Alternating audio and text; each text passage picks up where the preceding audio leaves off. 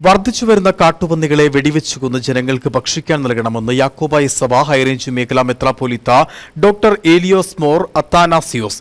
മണ്ണെണ്ണ ഒഴിച്ച് കത്തിക്കുന്നതിനോട് തനിക്ക് യോജിപ്പില്ല എന്നും രാജ്യത്തിന്റെ നട്ടെല്ല് കർഷകരാണ് എന്ന് അഭിപ്രായപ്പെടുമ്പോൾ കർഷകരെ ബാധിക്കുന്ന വന്യമൃഗപ്പെരുപ്പം നിയന്ത്രിക്കുന്നതിനുള്ള ബാധ്യത സർക്കാരിനുണ്ടെന്നും അദ്ദേഹം കൂട്ടിച്ചേർത്തു. ജനങ്ങളോടുമുണ്ട് വർദ്ധിച്ചു വരുന്ന വന്യമൃഗശല്യം. അതിലേറ്റവും ഇപ്പം ഞാൻ നിൽക്കുന്ന ഈ സ്ഥലത്ത് ഏറ്റവും കൂടുതൽ പ്രശ്നമുണ്ടാക്കുന്ന കാട്ടുപന്നികൾ. എന്റെ അഭിപ്രായം അവരുടെ എണ്ണം എടുക്കാൻ പറ്റുമെങ്കിൽ എണ്ണം എടുക്കണം. ഇത്ര എണ്ണത്തിൽ കൂടുതൽ വന്നാൽ അവരെ കൊന്ന് മണ്ണെണ്ണയൊഴിച്ച് കത്തിച്ചിട്ടൊന്നും കാര്യമില്ല. അത് ഭക്ഷ്യയോഗ്യമാണെന്നാണ് ഞാൻ മനസ്സിലാക്കുന്നത്.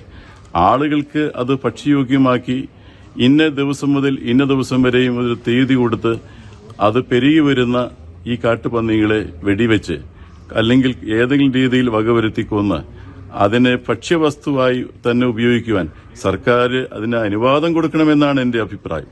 ഇതല്ല എങ്കിൽ ഈ പെരുപ്പം മനുഷ്യര് ഭയപ്പെടുന്നു, കുട്ടികൾക്ക് സ്കൂളിൽ പോകാൻ അവർ ഭയപ്പെടുന്നു, ആർക്കും പുറത്തിറങ്ങാൻ പറ്റാത്ത അവസ്ഥ വരുന്നു. രാജ്യത്തിന്റെ നട്ടെല്ല് കർഷകനാണെന്ന് പറയുകയും കൃഷിയെ നശിപ്പിക്കുന്ന ഈ തരത്തിലുള്ള വന്യമൃഗ ശല്യത്തിന്റെ പെരുപ്പം എപ്പോഴും നിയന്ത്രിക്കേണ്ടത് സർക്കാർ തന്നെയാണ്.